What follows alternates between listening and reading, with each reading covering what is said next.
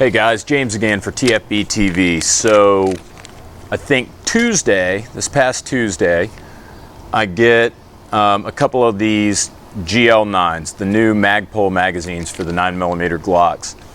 Then I think Wednesday or Thursday, I get an email about a recall.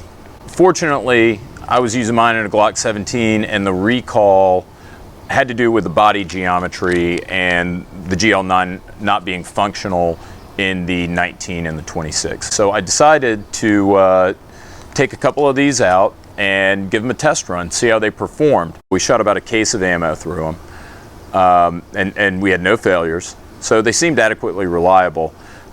But after we did that, spur of the moment, just decided to mess up one of the Glock mags just to see if it worked. Stomped on it, hit it a couple of times with a hatchet, even shot it twice with 5.56, and recorded the result. One of the first things you notice whenever you compare the Magpul Glock magazine to the Glock brand Glock magazine, at least when you're picking them up, you notice the Magpul feels to be a little bit lighter.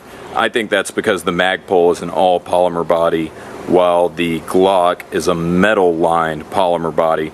You'll also notice from the rear that the Glock's got a full set of witness holes, whereas the Magpul has a single witness hole on either side to indicate 17th round. Other than that, they're relatively similar. It looks like Magpul might have thought ahead and put in, these look like G.L9 magazine release notches, which the Glock doesn't have.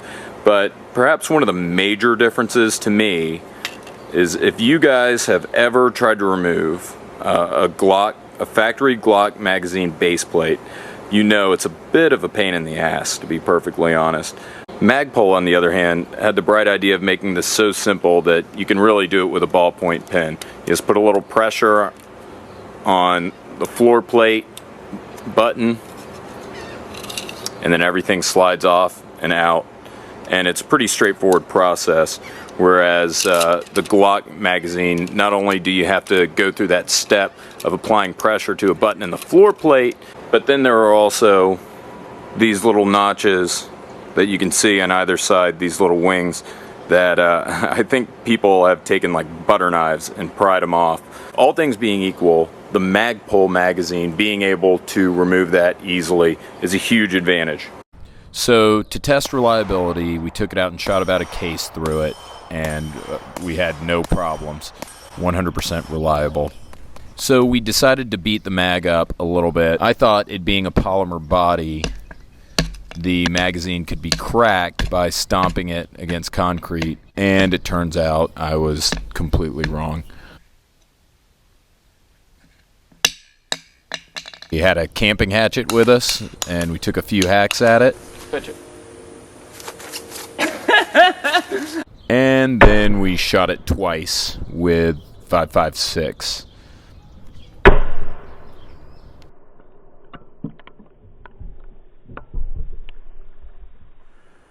So as you can see, after getting shot a couple of times with 5.56, hit a few times with a hatchet, and stomped on.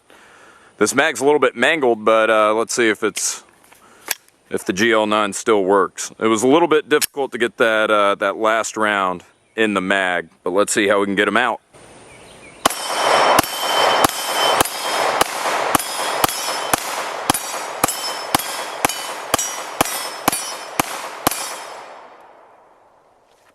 Well, there you have it. 17 rounds through it, and perfect function. Not so pretty, but working perfectly.